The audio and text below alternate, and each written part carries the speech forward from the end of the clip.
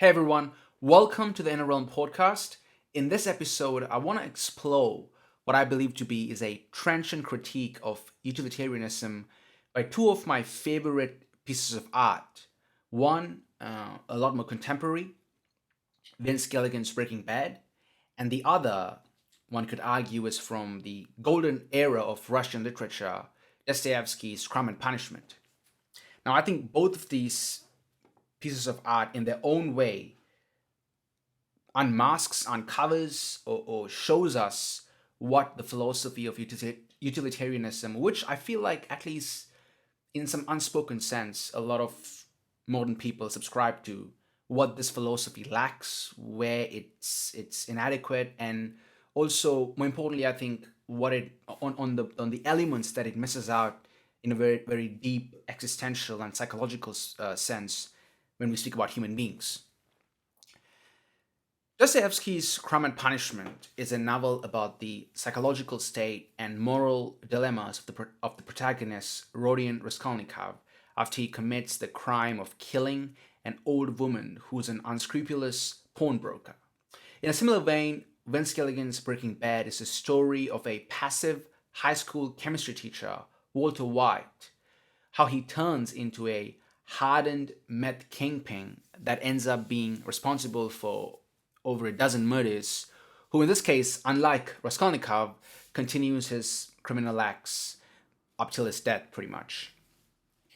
While both these shows primarily are a portrayal of what happens when we take nihilism and the unbridled hubris to its logical extremes, they're also, in their own way, a scathing critique of the utilitarian ideology. And I think it's interesting because, obviously, as I did touch on a bit earlier, they're from different times, but this maybe speaks to the sort of eternal nature of human beings, and one could even say reality, not to get all metaphysical. But it seems like the criticisms, the critiques that, you know, Breaking Bad, the writers of Breaking Bad, and I would say in a more perspicacious and insightful way that Dostoevsky understood those insights that these individuals had, that probably apply forever. Unless human beings evolve into a different species where we fundamentally change who we are psychologically, these critiques probably do apply.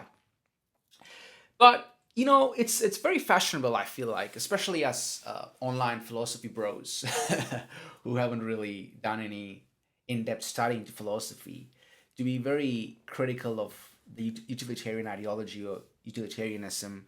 One could watch a Jordan Peterson video or watch one video on Nietzsche, and the next thing you know, suddenly all modern utilitarian ideologies or the kind of the Anglo-Saxon way of thinking that the Western world is formed around.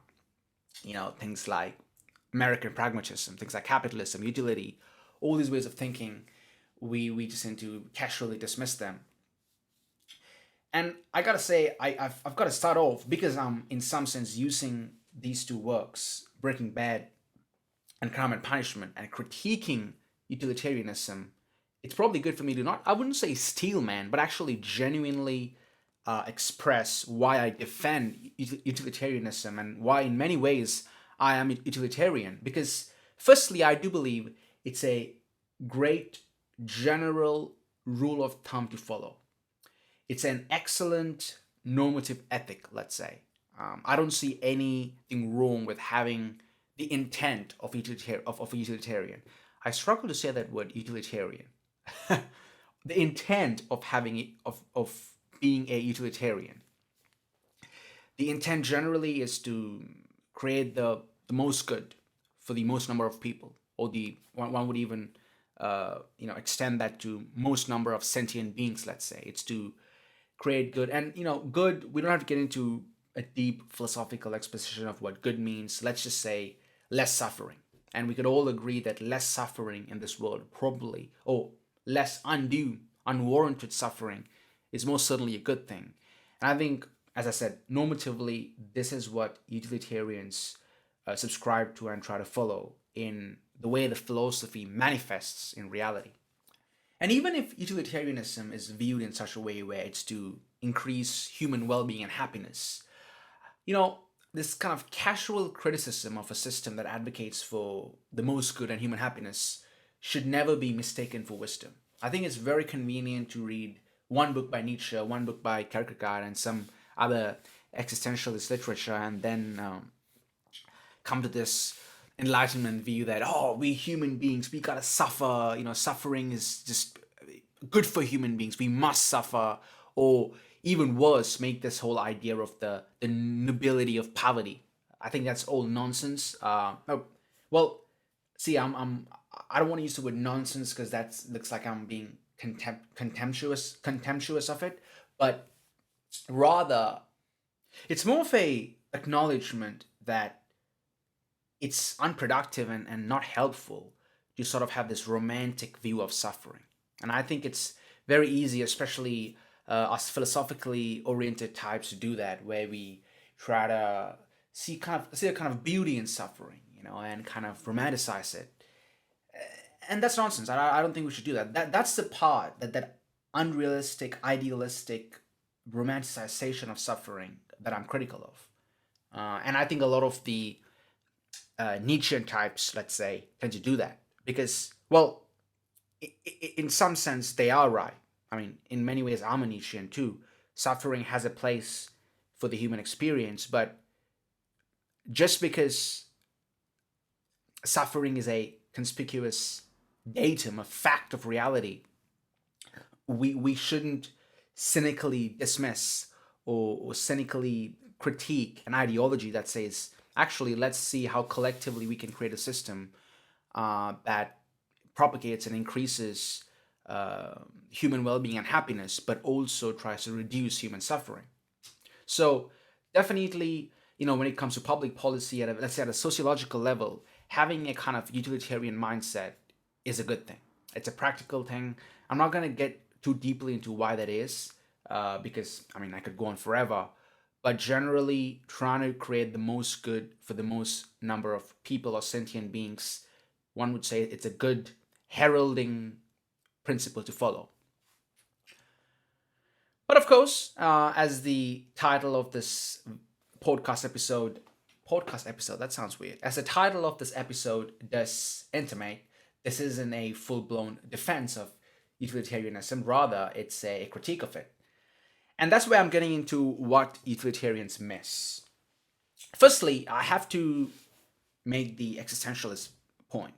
The existentialist point is very important because, as we've understood all the way from Kierkegaard, who some might argue is the father of modern existentialism, but then who was very the person who really brought it to salience. Well, maybe he's not the only person, but he definitely played a massive role. He was a big player. Heidegger, who maybe Heidegger was more, maybe Kierkegaard was more of a romantic, more of a poet, and Heidegger was a more of a metaphysician, and he, in an academic sense, brought into salience the reality of existentialism. With his books like Being in Time, which I haven't read, but I've listened to a myriad lectures on.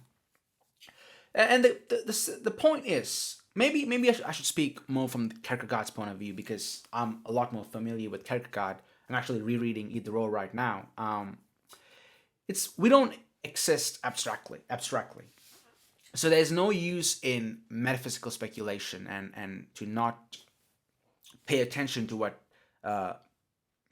Kierkegaard calls our inner self, our inner experience.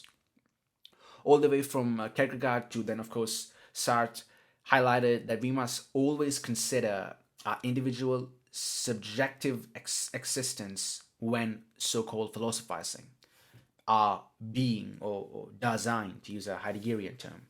And this inner subjective experience can never be abstracted away, can never be categorized, can never be detached from the embodied physical being. Now, I am, in many ways, I probably am an existentialist. I don't know what I am yet, but the philosophy, let's say, that I resonate the most with, and what I mean by resonate is not just metaphysically or intellectually, I mean in how I live. I lived through the philosophy of existentialism. So I try to really, uh, let's say, philosophize by the sword, or to embody the philosophy that I hold. And I don't always succeed at this, but that at least is my intent. And I very much do believe and agree with Kierkegaard that idea of innerness, inner experience, is something we must pay careful attention to. Once again, not in an abstract, philosophical, intellectual sense, but truly in a deep felt, embodied sense. Now, one of the best definitions of existentialism I've heard from is by Paul Tillich. The reason I like Paul Tillich is he is an existentialist for sure, but especially his book, The Courage to Be, puts existentialism in just a few paragraphs. He really makes it palpable for a neophyte like myself. And I'm going to read a few excerpts from his book, The Courage to Be. He has a much more in depth exploration into existentialism, and a much more in depth, let's say, he expounds in a much more in depth manner in his book on systematic theology, which I'm still getting through. But The Courage to Be, I would say, is a very good read for neophytes, for the layperson. And I think that was his intent behind giving those lectures. So here's what Paul Tillich says about existentialism. The existential attitude is one of involvement, in contrast to a merely theoretical or detached attitude. Existential, in this sense, can be defined as participating in a situation, especially a cognitive situation, with the whole of one's existence. This includes temporal, spatial, historical, psychological, sociological, biological conditions. And it includes the finite freedom which reacts to these conditions and changes them. An existential knowledge is a knowledge in which these elements, and therefore the whole existence of him who knows, participates. A self which has become a master of calculation and management has ceased to be a self. It has become a thing. You must participate in a self in order to know what it is. But by participating, you change it. In all existential knowledge, both subject and object are transformed by the very act of knowing. Existential knowledge is based on an encounter in which a new meaning is created and recognized. You may have a precise, detached knowledge of another person, his psychological type, and his calculable reactions. But in knowing this, you do not know the person, his centered self, his knowledge of himself. Only in participating in his self, in performing an existential breakthrough into the center of his being, you know him in the situation of your breakthrough to him. What's interesting about that last para is that this idea of you may have a precise, detailed knowledge of another person, his psychological type, his calculable reactions. It's really funny. Tillich wrote this book in the 60s or the 50s, I believe. And that's exactly what a lot of, let's say, marketing gurus or social media marketing gurus tend to do. They try to create these, what do they call, like customer models, I believe. These categories or abstract ideas or the meta customer of what their potential customers would be. And a lot of us make the assumption that when we, define certain attributes or characteristics of a person and, in a rather cynical way, completely know what this person does, or all of their actions, all of their all the websites they visit, their clicks, their eye movements, what they buy, all of their movement online, that we can create a model of this person, and then that we know this person. And just to a certain extent, they are right. It's we human beings we are very habitual creatures. We have patterns. So through these habits, through these patterns, it's easy for us to predict what a certain person might do. But just because one could predict what a certain person could do at a very high level, or even what a certain group of people would do at a very high level, as Tillich points out, you never truly know the person. There's never knowing a person by just listing out a few attributes about that certain person. it never works like that. And even though, again, doing that has its place, it has its utility. That's not all. Let's not reduce the person, the vast array of the human experience into just that. There's a lot more to a human being, a lot more depth and profundity than a bunch of traits or a bunch of patterns. Let's say, or a bunch of buying patterns, God forbid. So yeah, of course, and as I've described here, this is kind of the existentialist view. Of course, I'm not gonna go too deep into existentialism right now. First of all, I haven't got the ability, the intellectual and verbal virtuosity to do that, but also it would take forever. And utilitarianism doesn't take the complexity of the world, and more importantly, the human being and the problem of, let's say, unintended consequences seriously enough. And the reason I put that part, or the reason I want to bring up unintended consequences, is because, again, just because we might have a slight idea of what a person is, that doesn't mean we truly know the psychic forces, the depth, the let's say, tempestuous nature to a human being, the idiosyncrasies of a person, the unpredictability of a person. If this was the case, every single economist would have pretty much prevented, every financial crisis, would have prevented all wars, would have prevented so many things if we could, view human beings in a very sociological sense, in like these automatons, like these agents in a system. Uh, a lot could have been done if that's all human beings were. And a lot of unintended consequences are missed by utilitarianism. It's not because of utilitarianism, absolutely not, but it's because of the the beings that utilitarianism deals with. If utilitarianism was made for, I don't know, certain kind of artificial intelligent bot that's predictable, that runs according to certain algorithms, then of course I'm sure it'll work out well, as we see by the advancements in the field of AI and ML. But again, the good example is, look at what happens to Raskolnikov after he, kills Alyona, and Alyona, who's the pawnbroker, the unscrupulous pawnbroker, and Lizaveta, who's the half sister and completely innocent and very vulnerable woman.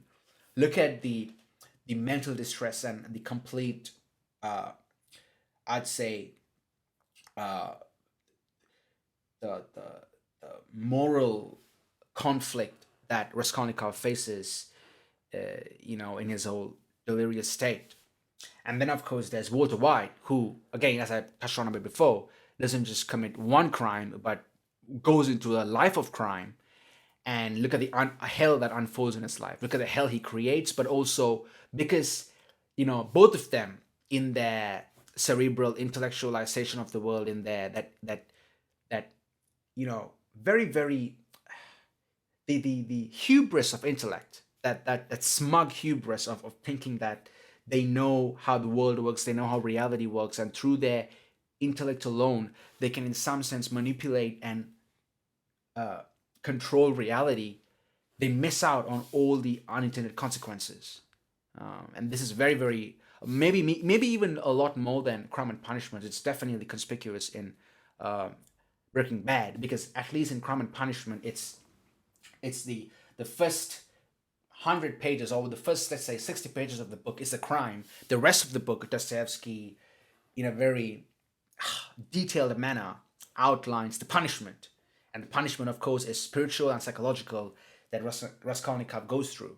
Whereas in Breaking Bad, Walter White, in some sense, he never learns a lesson. I mean, maybe in season 5, he becomes, well, he is nihilistic from the beginning, but in season 5, that nihilism, one could say, goes to its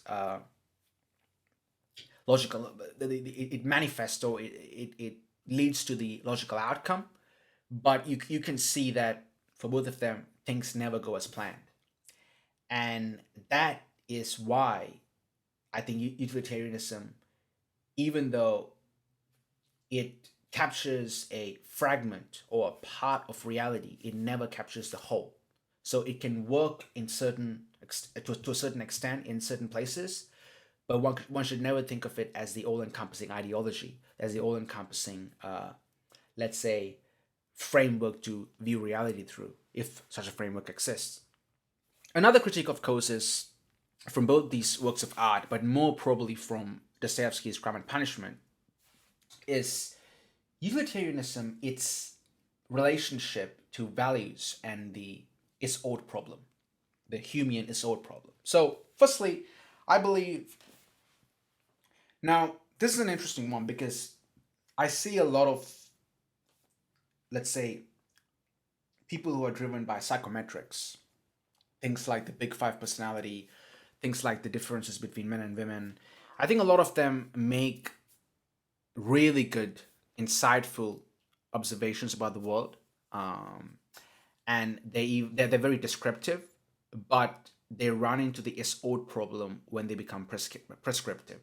So when a certain psychologist or a social psychologist makes an observation about a group of people, such as the differences between men and women, what that description, that observation, does that prima facie, or does that give us a oath vis-a-vis how to act and live in this world, what to do uh, from that observation we've made?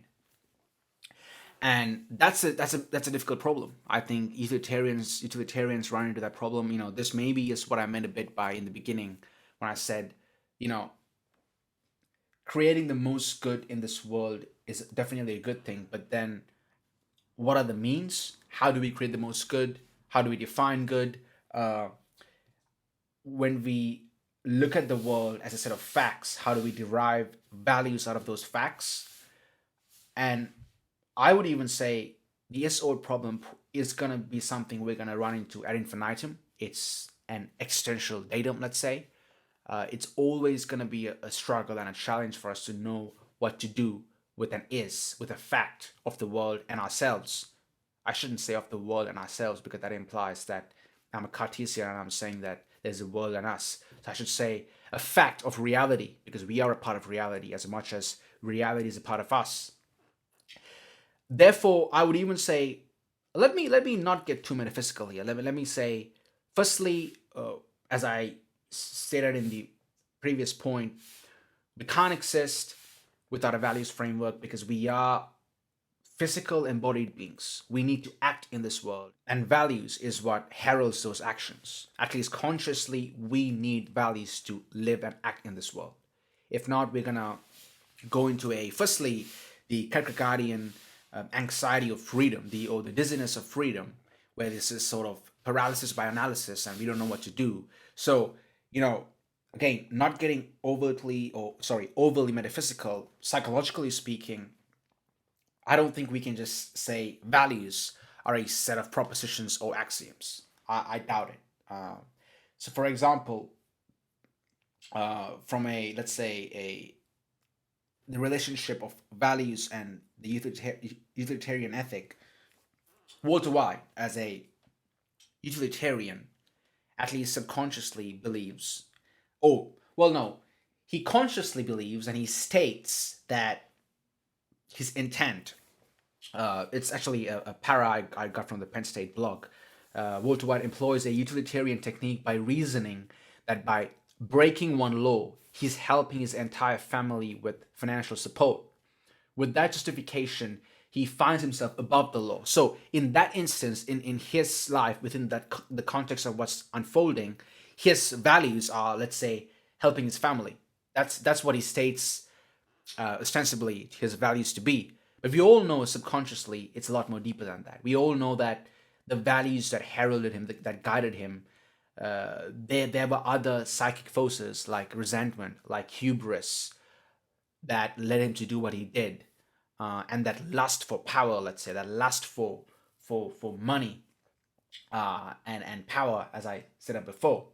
So it's not clear to me that the way that we act and live in this world is similar to, let's say, a machine learning model that has a algorithm that runs on it, and the model just blindly follows the algorithm, and then let's say learns off the data set. I don't want to get into machine learning here, but it's not clear to me that we blindly follow these rules. So I can't. What I'm trying to get at here is I can't reduce values, whatever they mean, the the the the qualities and values of the world, into just a bunch of propositions or axioms, like a, let's say, a logical positivist would. And the funny thing here is, again, as utilitarians, their values changed. Their values were capricious. Whatever they did, both Raskolnikov and Walter White, their intellect, their superior intellect, they definitely, both of them were intelligent people. They were very cerebral types. It allowed them to rationalize all their actions, and even deceive themselves. That's the funny thing here. Both these characters deceived themselves by their so-called values of a greater good, or their utilitarian ethic. Uh, and it's clear, especially in the case of Walter White, unlike Raskolnikov, I'd say, that whatever values he held, or whatever ostensible values, that, let's say, ostensible virtues that led him to do what he did, there was this progressive moral decline in his character. You could see towards the end, his own wife couldn't stand him, his own family hated him, and he created hell for them. There was a progressive moral decline, and you know, no, in no way could a utilitarian have predicted all of this, or no way can a utilitarian try to make sense of all of this, because it's just, that absurd chaos of the world. What Kierkegaard understands, Kierkegaard, I believe he called. I'm actually reading. This is a book on Kierkegaard. If I could quickly find that word, it's just this is by Patrick Gardiner. Just like a book called a very short introduction. I like reading these kinds of books to get a very high level idea of thinkers. I recently remember reading this bit. Kierkegaard, I believe, calls it the only objective reality in this world is its uncertainty. He calls it the objective uncertainty, and I think that's where people like Camus builds on the philosophy of absurdism. And it's very clear that that uncertainty that uncertainty isn't something utilitarianism can predict or capture within that framework. It's very important to also understand we need values. As I said before, this is something we shouldn't take this lightly, because being valueless and nihilistic leads to a chaotic, arbitrary hell, not some kind of Sartrean radical existential freedom, as we saw clearly from Raskolnikov and Walter White. People like Sartre, who, by the way, again, I like very much. I'm not critical of Sartre's philosophy, even though I haven't read Being and Nothingness. I'm hoping to, but their whole idea is that there's no essence. Existence precedes essence. I don't know what that means. Not gonna lie, it's something I'm still trying to make sense of. But I don't agree that even if we human beings didn't have an essence, without some kind of values framework, without some kind of essence we at least conjure up, that we live in this eternal freedom. No, it becomes chaotic, it becomes an arbitrary hell. And I think that's true. It's true existentially, individually, and also sociologically. And of course, in Crime and Punishment, Dostoevsky elucidates this point much more clearly and a lot more in detail than in Breaking Bad. Maybe because Dostoevsky is a Orthodox Christian, was a Orthodox Christian. He clearly understands that we need a deeper ethical life to live by, a deeper religious life. And I don't think at all Dostoevsky is trying to make a Kantian point of something like a categorical imperative, where there's this, category that exists independently to us with no regard to our being, and we just follow it blindly in that sense. I doubt it. This is something Kierkegaard was very critical of, people like the system builders like Hegel and Kant, and I don't think Dostoevsky would agree with Kant or Hegel in that way. He would very much want to emphasize the responsibility of the individual being into how we live our life. And, we can see through Raskolnikov's morbid psychological and spiritual distress the dichotomy between, let's say, a utilitarian life and this kind of deeper, I'm going to call it ethical life because that's what I can think of at the moment, but it's more of a deeper spiritual religious life, a very embodied thing, and a simple utilitarian life where we detach ourselves from ethics or values or a sense of responsibility, existential responsibility. And what I mean by something deeper is when Raskolnikov, he just cannot deny his love for Sonia. Towards the end of the book, it's his love that causes him to confess, that causes him to repent, that causes him to finally, let's say, understand that he isn't who he thought he was, and reality wasn't what reality was. What and reality wasn't what he thought reality was. He had to sort of humble himself in that sense. And again, he didn't come to these conclusions through reading Nicomachean Ethics or some kind of book by Plato, or reading, I don't know, Kant's Critique of Pure Reason. He came to it through experience, through life, through experiencing what happened to him, what unfolded in his life. This wasn't something purely metaphysical. He definitely didn't come to this through metaphysical speculation. He very much probably came to his whole philosophy of utilitarianism and rational egoism through cerebral metaphysical speculation. But in my opinion, more deeper realization he came to about life, that didn't come to him through some kind of philosophy. And that's why I believe that this word I'm using, values, even though it seems like I'm being moralistic and I'm talking about the Ten Commandments from the Bible, or blindly following some religious dogma, that I'm talking about those kind of values, let's say. Not at all. I'm talking about something a lot more deeper, and I don't think I can ever explain it in plain English and in plain language, which is why I believe these values exist in narrative, myth, and symbol. And I got this idea again from Paul Tillich. So Paul Tillich explains. I don't think, maybe a bit of Jung I've read, where he talks about archetypes and the whole idea of symbolic language. But let's say from a theological analysis or from a theological lens, I can't think of anyone who describes symbolic language. Oh, I can think of one other person, of course, Jonathan Peugeot, the Orthodox Christian icon carver. Jonathan Peugeot definitely speaks about the symbolic world. He's one person everyone should follow and watch. But let's say in a bit more academic setting, Paul Tillich was individual that influenced my thinking of let's say symbolic language and symbolic thinking. So I found a great essay. Now I was trying to find some good paras or excerpts from his book, Systematic Theology, but I just couldn't. It's so much. It's his magnum opus. There's a lot in it. It's a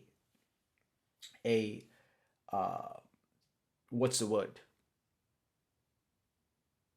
Goliath of a book. It's a big book, and therefore, if I was to explain what he meant by symbolic language through that book, I'd have to read pages of it.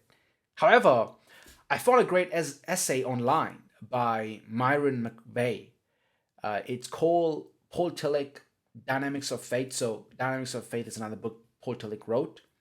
And Myron McVeigh wrote a brilliant essay, in my opinion. It was just 1,000 words, but he really, captured, I don't want to say the essence, but at least at a high level, captured what Paul Tillich means by symbolic language, where he did this sort of analysis of Paul Tillich's book, The Dynamics of Faith. So all credit goes to Myron McVeigh. Obviously, all these names I bring up, especially the unknown ones, I'll leave all the links down below the description. But this essay definitely is worth the read. It from what I could say, it's a student essay. So Myron McVeigh seems like maybe a theology student or something, but it's a great essay. So here's how Myron McVeigh understands Paul Tillich's symbolic language. Symbolic language is the only language able to express the ultimate. Pause. So, when I mean a deeper reality, I mean coming in touch with the ultimate. That's what I mean. When I mean that ethical life, I mean the ethical life in connection to the ultimate. And the ultimate, in this sense, would be something transcendent, something divine. And I think Raskolnikov definitely, in some sense, had intimations of the ultimate in what happened to him through the suffering he went through. So back to Myron McVeigh's essay. Symbolic language is the only language able to express the ultimate. He states that symbols have many characteristics. One characteristic in which they have in common with signs is the fact that they point beyond themselves to something else. This is from page 47 in Dynamics of Faith. He uses the example of a stop sign. The sign points to the order to stop movement of a vehicle for a specific amount of time. The color red has absolutely nothing to do with the stopping of a vehicle. When combined with the sign, it simply points to the idea that one should stop their vehicle.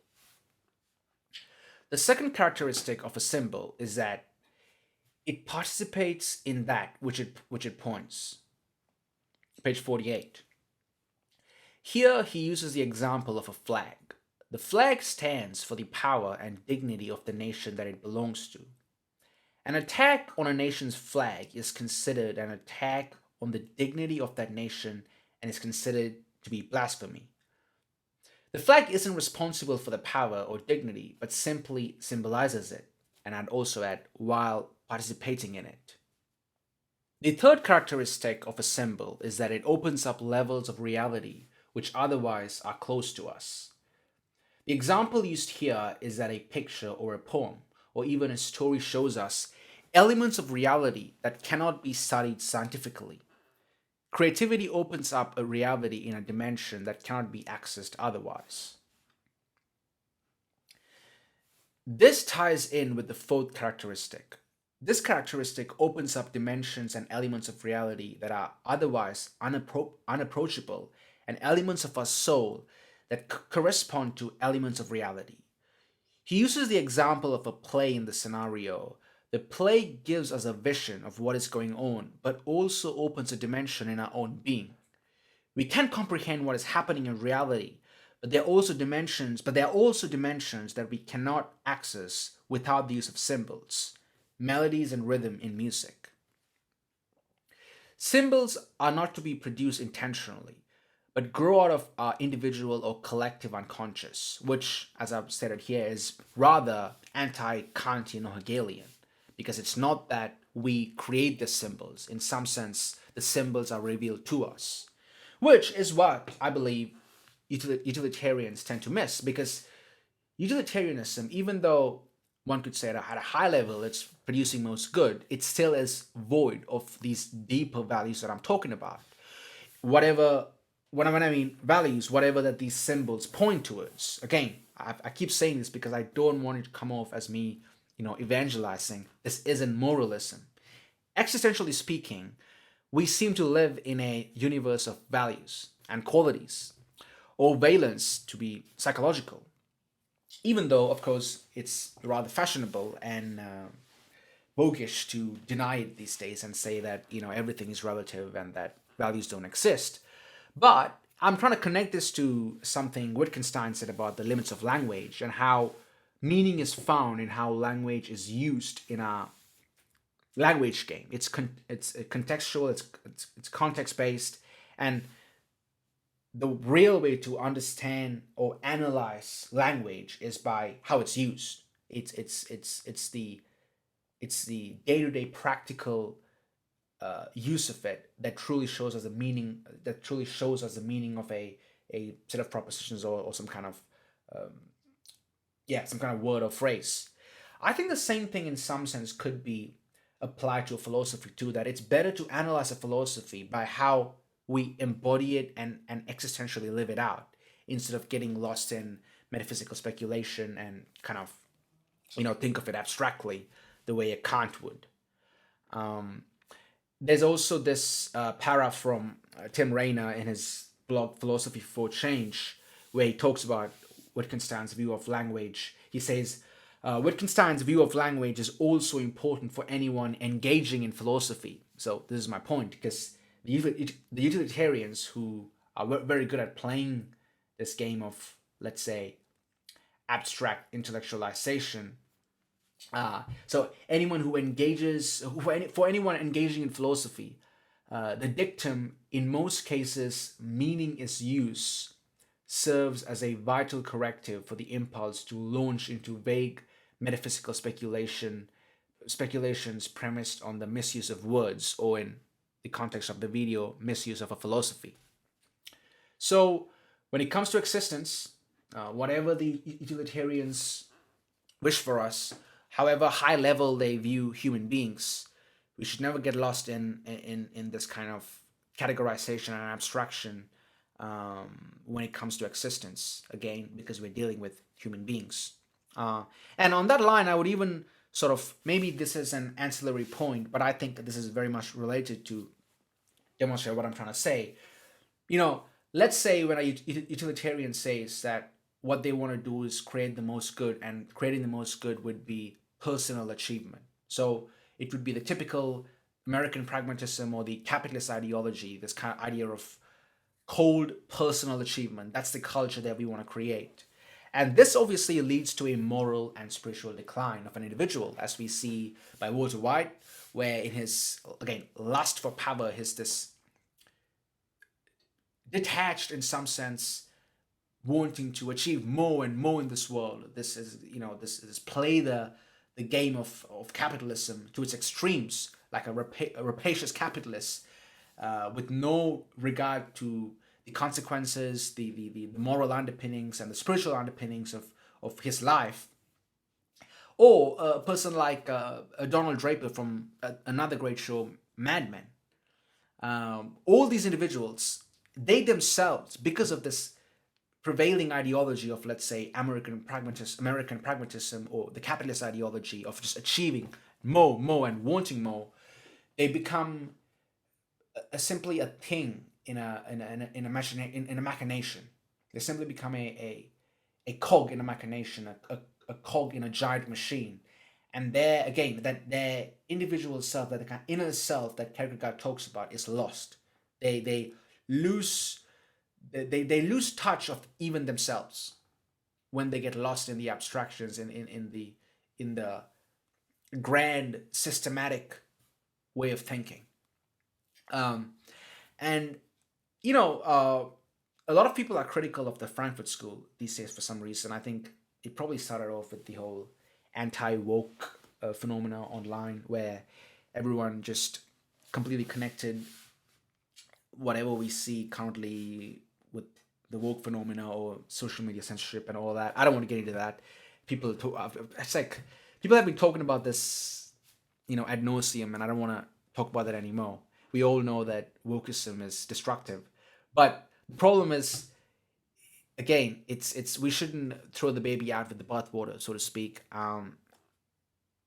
For some reason, because the Frankfurt School was connected to wokeism and this other boogeyman term, cultural Marxism, some great insights from people like Adorno or Herbert Marcuse have been ignored, or they've been casually dismissed. So I've been trying to read One Dimensional Man. I'm slowly getting through that book because, honestly, just got too many books to read. I've got Kierkegaard. I've even got a book on Java programming, because I'm a software engineer, and therefore I'm trying my best to squeeze in some time to read Marcuse. And One Dimensional Man probably is my favorite book from the Frankfurt School. Well, that probably is because I'm the only book I've read by any of the Frankfurt School thinkers is One Dimensional Man. And Marcuse says, if the worker and his boss enjoy the same television program and visit the same resort places, if the typist is as attractively made up as the daughter of an employer, if the N-word owns a Cadillac, I don't want to say the N-word because YouTube is gonna, strike my video or whatever, but you get what I mean. If the N-word owns a Cadillac, if they all read the same newspaper, then this assimilation indicates not the disappearance of classes, but the extent to which the needs and satisfactions that serve the preservation of the establishment or the ruling ideology, let's say, are shared by the underlying population. Another excerpt: the slaves of developed industrial civilization are sublimated slaves, but they are slaves. For slavery is determined neither by obedience nor by hardness of labor, but by the status of being a mere instrument, and the reduction of man to the state of a thing. Herbert Marcuse, One Dimensional Man.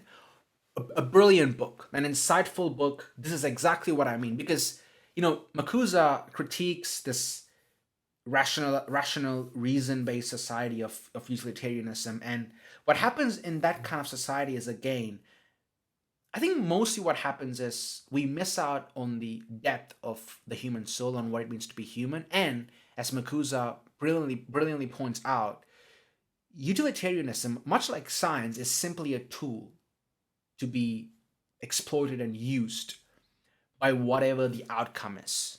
The In some sense, in utilitarianism, which, again, one could say capitalism is an offshoot of utilitarianism, American pragmatism, same thing, communism, definitely an offshoot of utilitarianism.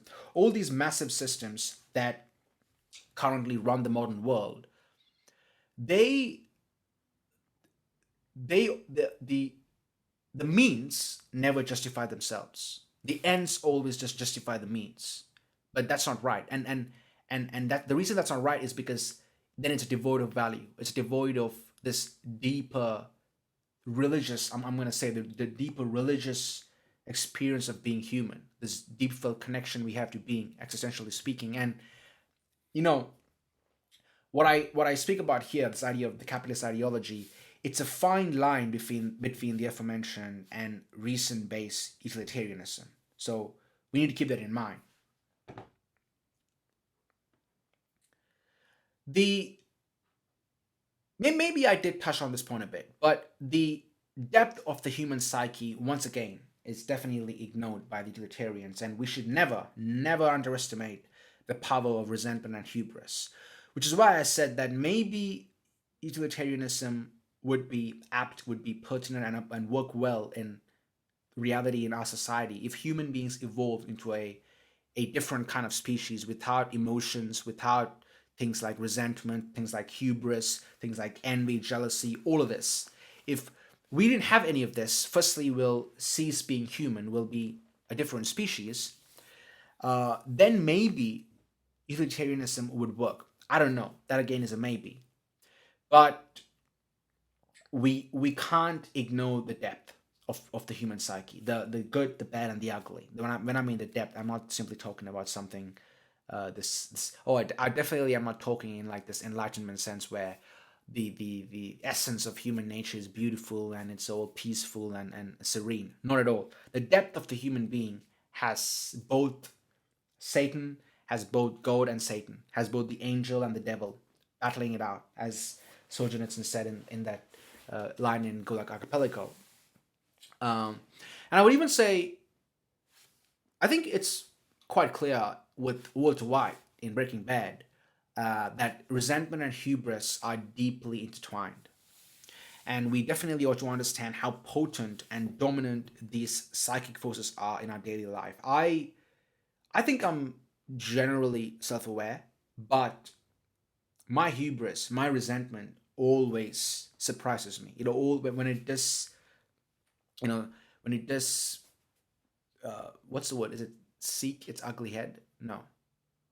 When it does show me its ugly face in my psyche, I catch it. I feel it when I feel resentment. When I feel, let's say, envious or even hubristic, I feel like I've always underestimated it. In Breaking Bad, for example, we see clearly what happened with Walter White, um, because he failed a lot in the business world, because he failed, even though he was a brilliant chemist, he failed at, let's say, getting the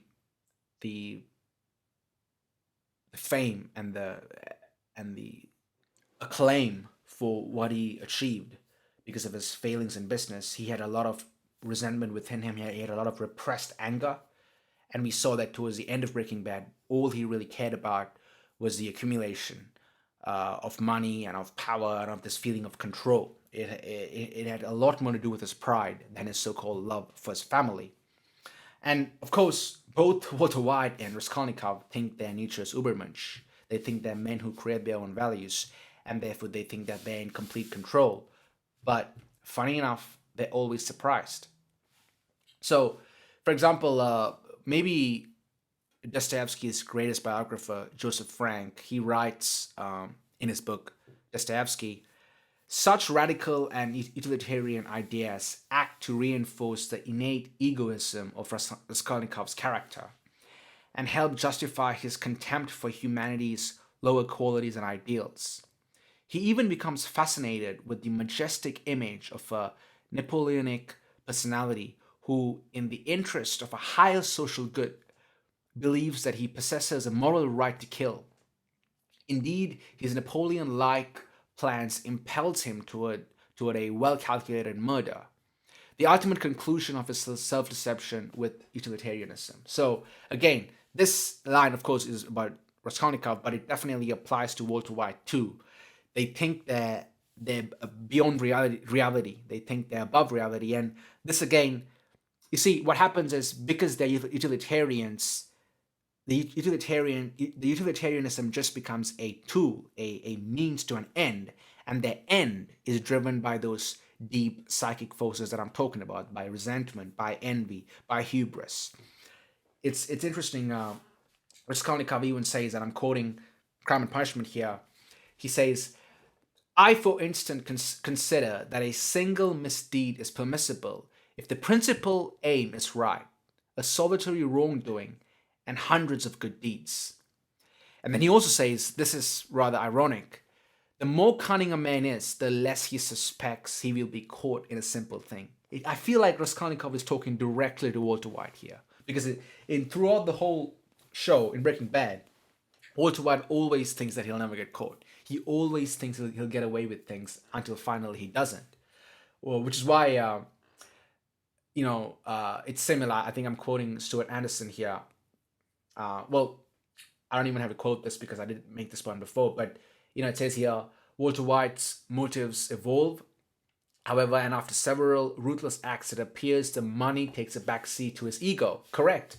I said that what he was influenced by was his lust for money and power, but eventually he stops even caring about his influences, his money, his power. It completely becomes about stroking his own ego. This absolute desire to be recognized as the best as the best at something, because he missed out, because he was a really good chemist, and because of his failures, he couldn't be recognized as being the talented chemist he is. And that desire he had, he projected it onto cooking meth.